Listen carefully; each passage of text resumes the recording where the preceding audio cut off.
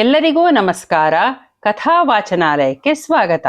ವಚನ ರಾಮಾಯಣ ಅಧ್ಯಾಯ 11 ಸೀತಾಪಹರಣ ಅರಣ್ಯಕಾಂಡ. ಶುಕ್ಲಾಂಬರಧರಂ ವಿಷ್ಣುಂ ಶಶಿವರ್ಣಂ ಚತುರ್ಭುಜಂ ಪ್ರಸನ್ನವದನಂ ಧ್ಯಾಯೇತ್ ಸರ್ವವಿಘ್ನೋಪಶಾಂತಯೇ. ಸರಸ್ವತಿ ನಮಸ್ತುಭ್ಯಂ ವರದೆ ಕಾಮರೂಪಿಣಿ. ವಿದ್ಯಾರಂಭಂ ಕರಿಷ್ಯಾಮಿ ಸಿದ್ಧಿರ್ಭವತು ಮೇ ಸದಾ. ಗುರುಬ್ರಹ್ಮ ಗುರುರ್ವಿಷ್ಣುಃ ಗುರುರ್ದೇವೋ ಮಹೇಶ್ವರಃ.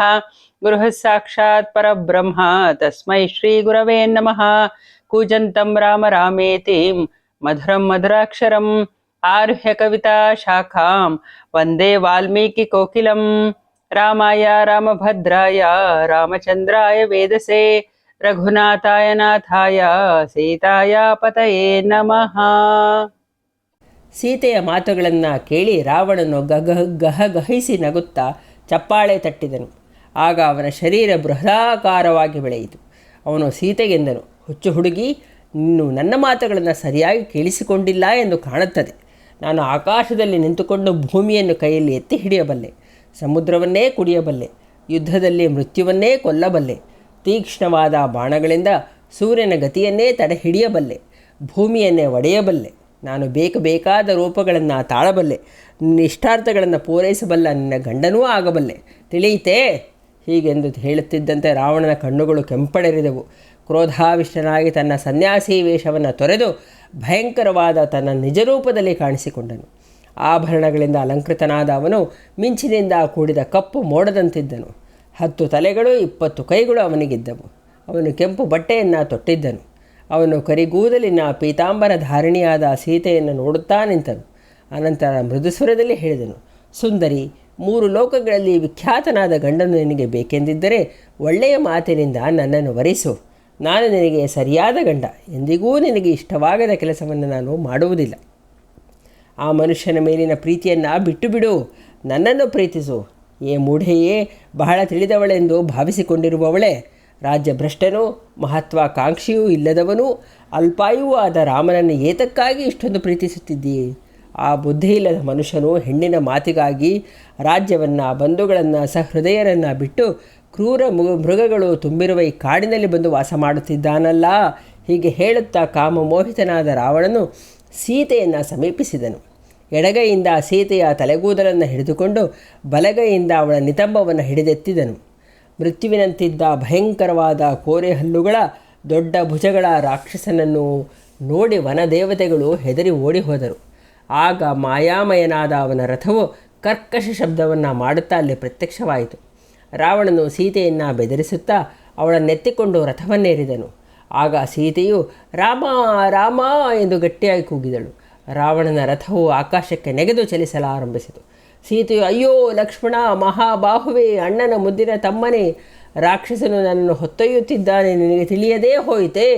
ಧರ್ಮಕ್ಕಾಗಿ ರಾಜ್ಯವನ್ನು, ಸುಖವನ್ನು, ಐಶ್ವರ್ಯವನ್ನು, ಜೀವಿತವನ್ನು ಕಡೆಗಣಿಸಿ ಬಂದ ರಾಘವ, ರಾಕ್ಷಸನು ನನ್ನನ್ನು ಅಪಹರಿಸುವುದನ್ನು ನೀನು ನೋಡಲಿಲ್ಲವಲ್ಲ. ಶತ್ರುಧ್ವಂಸಕ, ನೀನು ದುಷ್ಟರನ್ನು ಶಿಕ್ಷಿಸುವವನಲ್ಲವೇ?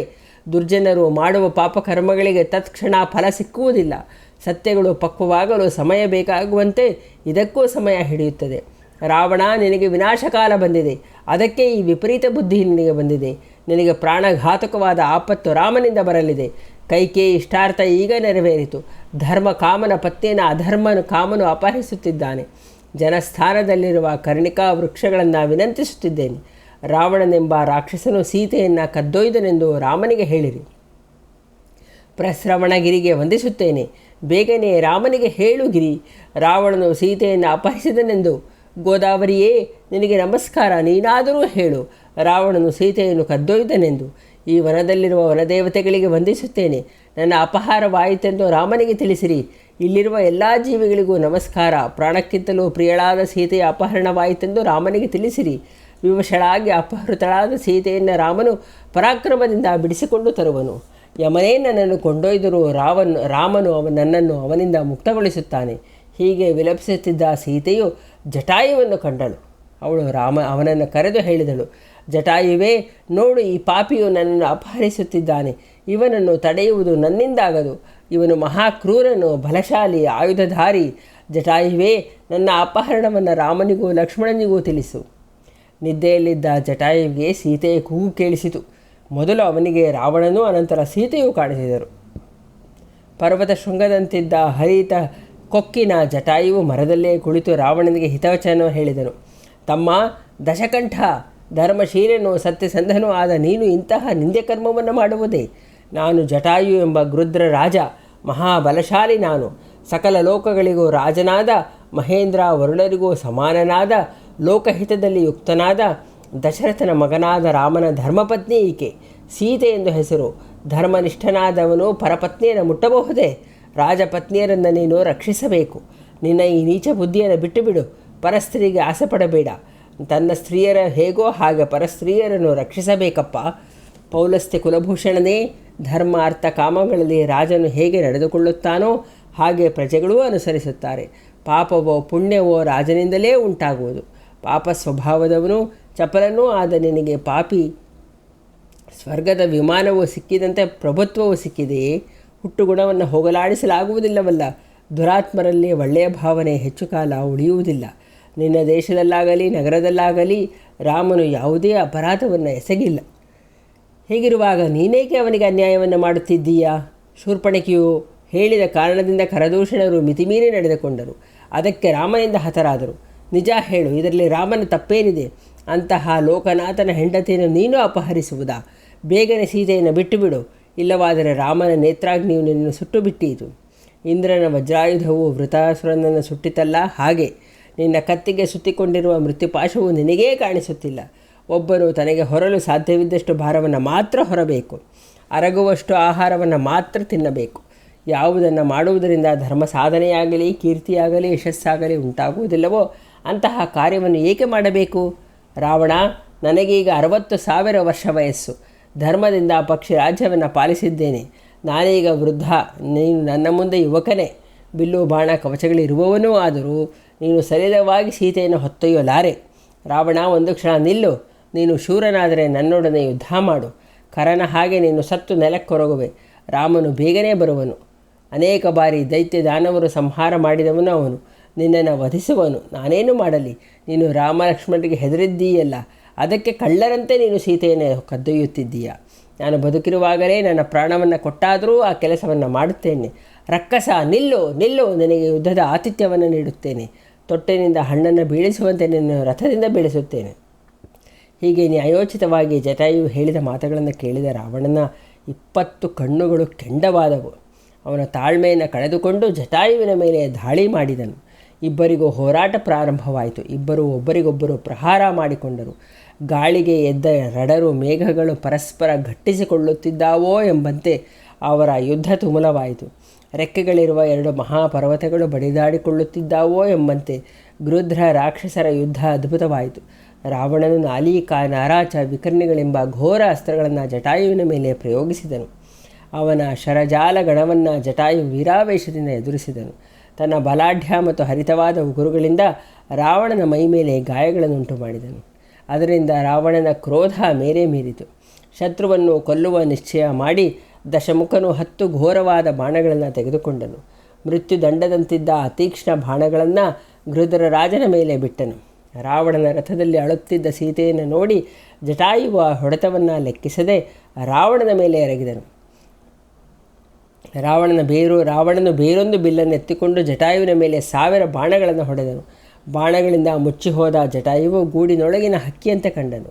ಅವನು ತನ್ನ ರೆಕ್ಕೆಗಳಿಂದ ಆ ಶರಪಂಜರವನ್ನು ಕೊಡವಿ ಕೆಳಗೆ ಬೀಳಿಸಿದನು. ಮತ್ತೆ ರಾವಣನ ಮೇಲೆ ಬಲವಾಗಿ ಆಕ್ರಮಣ ಮಾಡಿದನು. ಅವ ಆ ಬಿಲ್ಲನ್ನೂ ಮುರಿದು ಹಾಕಿದನು. ಹಾಗೆ ಬೆಂಕಿಯಂತೆ ಬೆಳಗುತ್ತಿದ್ದ ಅವನ ಕವಚವನ್ನು ಹರಿದು ಹಾಕಿದನು. ಅಷ್ಟಲ್ಲದೆ ರಥಕ್ಕೆ ಕಟ್ಟಿದ ಪಿಶಾಚಿ ಮುಖದ ಹೆಸರು ಗತ್ತೆಗಳನ್ನು ಕೊಂದು ಬಿಟ್ಟನು. ಅಷ್ಟರಿಂದ ತೃಪ್ತನಾಗದೆ ಅವನ ರಥವನ್ನೂ ಮುರಿದು ಬಿಟ್ಟನು. ಪೂರ್ಣ ಚಂದ್ರನಂತೆ ಬೆಳಗುತ್ತಿದ್ದ ರಥದ ಛತ್ರ ಚಾಮರಗಳನ್ನು ಕುಕ್ಕಿ ಕೆಳಕ್ಕೆ ಬೀಳಿಸಿದನು. ಬಿಲ್ಲು, ರಥ, ಸಾರಥಿ, ಹೆಸರುಗತ್ತಗಳನ್ನು ಕಳೆದುಕೊಂಡ ರಾವಣನು ಸೀತೆಯನ್ನು ಗಟ್ಟಿಯಾಗಿ ಹಿಡಿದುಕೊಂಡು ಕೆಳಗೆ ಧುಮುಕಿದನು. ವಾಹನವನ್ನು ಕಳೆದುಕೊಂಡು ನೆಲದ ಮೇಲೆ ಬಿದ್ದ ರಾವಣನನ್ನು ನೋಡಿ ವನ್ಯಜೀವಿಗಳು ಸಾಧು ಸಾಧು ಎಂದು ಜಟಾಯುವನ್ನು ಹೊಗಳಿದರು. ಮುಪ್ಪಿನಿಂದಾಗಿ ಯುದ್ಧ ಮಾಡಿ ಬಳಲಿದ್ದ ಜಟಾಯುವನ್ನು ಗಮನಿಸಿ ರಾವಣನು ಸೀತೆಯನ್ನೆತ್ತಿಕೊಂಡು ಆಕಾಶಕ್ಕೆ ನೆಗೆದನು. ಆಗ ಜಟಾಯುವು ಆಕಾಶಕ್ಕೆ ಹಾರಿ ರಾವಣನನ್ನು ಅಡ್ಡಗಟ್ಟಿ ಹೇಳಿದನು. ರಾವಣ, ವಜ್ರಾಯುಧ ಸಮಾನವಾದ ಬಾಣವಿರುವ ರಾಮನ ಪತ್ನಿಯನ್ನು ನೀನು ಅಪಹರಿಸುತ್ತಿರುವುದು ನಿನ್ನ ಸರ್ವಸ್ವದ ನಾಶಕ್ಕಾಗಿಯೇ. ಬಾಯಾರಿದವನು ವಿಷವನ್ನು ಕುಡಿದಂತೆ ಆಗಿದೆ. ಈಗ ತಾವು ಮಾಡುವ ಕರ್ಮದ ಪರಿಣಾಮವನ್ನು ತಿಳಿಯದ ಮೂಢರಂತೆ ನೀನು ಬೇಗನೆ ನಾಶ ಹೊಂದುವೆ. ಮೃತ್ಯುಪಾಶವು ನಿನ್ನನ್ನು ಕಟ್ಟಿಹಾಕಿದೆ, ಅದರಿಂದ ಎಲ್ಲಿ ಹೋಗಿ ಬಿಡಿಸಿಕೊಳ್ಳುವೆ? ಮಾಂಸದ ತುಂಡಿನ ಆಸೆಗೆ ಗಾಳದ ಕೊಕ್ಕೆಯನ್ನು ನುಂಗುವ ಮೀನಿನಂತೆ ನಿನ್ನ ನಾಶಕ್ಕಾಗಿಯೇ ಈ ಕೆಲಸವನ್ನು ಮಾಡುತ್ತಿರುವೆ. ರಾಕ್ಷಸ, ರಾಮಾಶ್ರಮಕ್ಕೆ ನುಗ್ಗಿ ರಾಮ ಲಕ್ಷ್ಮಣರಿಲ್ಲದ ವೇಳೆಯಲ್ಲಿ ಹೇಡಿತನದಿಂದ ಮಾಡುತ್ತಿರುವ ಈ ಕ್ಷುದ್ರ ಕಾರ್ಯವನ್ನು ರಾಮ ಲಕ್ಷ್ಮಣರು ಸಹಿಸಿಕೊಳ್ಳುತ್ತಾರೆ ಎಂದು ನಂಬಿದ್ದೀಯಾ? ಇದು ಕಳ್ಳರು ಮಾಡುವ ಕೆಲಸವೇ ಹೊರತು ವೀರರು ಮಾಡುವಂಥದ್ದಲ್ಲ. ಯುದ್ಧ ಮಾಡು, ನಿನ್ನ ತಮ್ಮ ಖರನಂತೆ ಸತ್ತು ನೆಲದ ಮೇಲೆ ಮಲಗುವೆ. ಹೀಗೆಂದ ಜಟಾಯುವು ತನ್ನ ತೀಕ್ಷ್ಣವಾದ ಗುರುಗಳಿಂದ ರಾವಣನ ಬೆನ್ನನ್ನು ಪರಚಿ ಗಾಯಗೊಳಿಸಿದನು. ಅವನ ತಲೆಗೂದಲನ್ನು ಕಿತ್ತನು. ಹೀಗೆ ಮೇಲಿಂದ ಮೇಲೆ ಹದ್ದಿನ ದಾಳಿಯಿಂದ ಕಂಗೆಟ್ಟ ರಾವಣನು ಸಿಟ್ಟಿನಿಂದ ಉಡುಗಚ್ಚಿ ನಡುಗಿದನು. ತನ್ನ ಎಡಸೊಂಟದ ಮೇಲೆ ಸೀತೆಯನ್ನು ಬಿಗಿಯಾಗಿ ಅಪ್ಪಿ ಹಿಡಿದು ಬಲಗೈಯಿಂದ ಜಟಾಯುವಿಗೆ ಹೊಡೆದನು.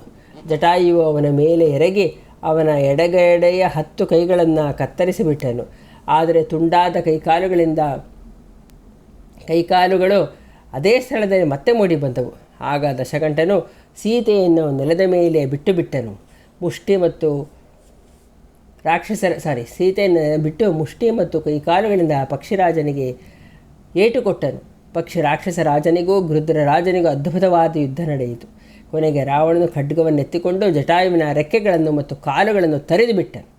ಈ ಘಾತವನ್ನು ತಡೆದುಕೊಳ್ಳಲಾರದೆ ಸಾವೂ ಸಮೀಪಿಸಿದ ಜಟಾಯುವು ನೆಲದ ಮೇಲೆ ಬಿದ್ದನು.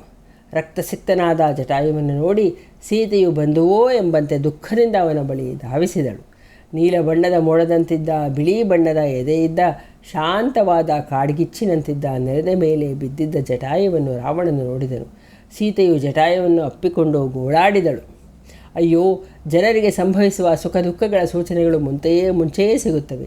ಲಕ್ಷ್ಮಣ, ಸ್ವಪ್ನ, ಹಕ್ಕಿಗಳು ಕೂಗು ಇತ್ಯಾದಿಗಳಿಂದ ಭವಿಷ್ಯದ ಆಗುಹೋಗುಗಳು ಸೂಚಿಸಲ್ಪಡುತ್ತವೆ. ರಾಮ, ನಿನಗೆ ಬಂದಿರುವ ಆಪತ್ತು ಏನೆಂಬುದು ನಿಮಗೇ ಗೊತ್ತಾಗುತ್ತಿಲ್ಲವಲ್ಲ.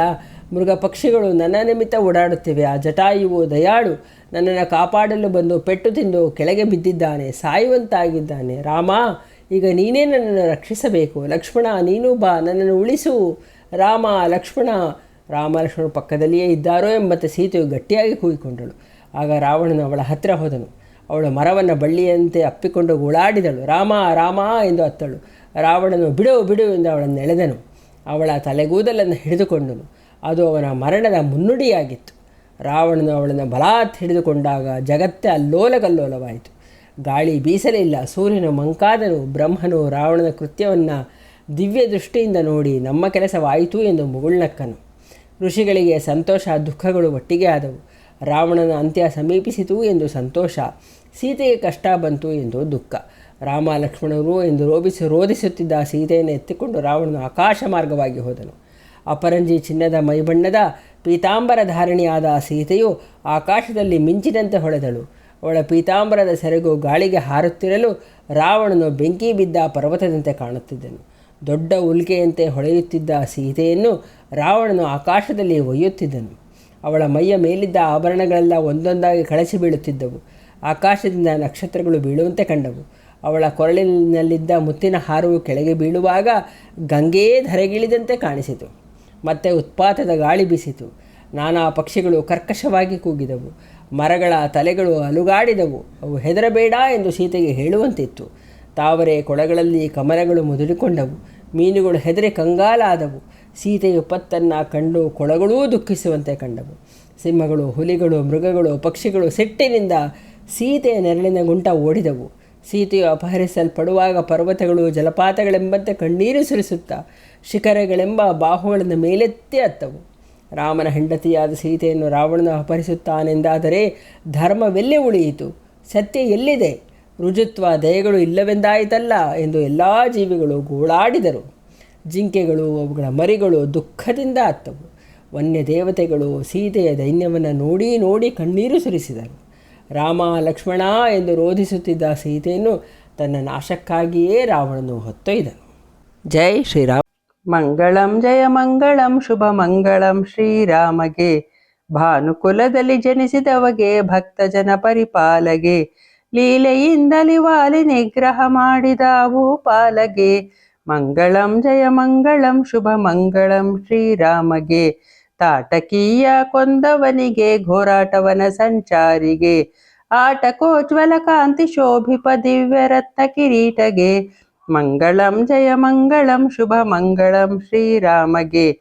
ದಂಡಕಾರಣ್ಯಕ್ಕೆ ಹೋಗಿ ಚಂಡ ದೈತ್ಯನ ಗೆಲಿದವಗೆ. ಅಂಡ ಪಿಂಡ ಬ್ರಹ್ಮಾಂಡ ನಾಯಕ ರಾಮ ಕೋದಂಡ ರಾಮಗೆ. ಮಂಗಳಂ ಜಯ ಮಂಗಳಂ ಶುಭ ಮಂಗಳಂ ಶ್ರೀರಾಮಗೆ. ಜೈ ಶ್ರೀರಾಮ್. ಧನ್ಯವಾದಗಳು. ತಪ್ಪಿದ್ದರೆ ಕ್ಷಮಿಸಿ.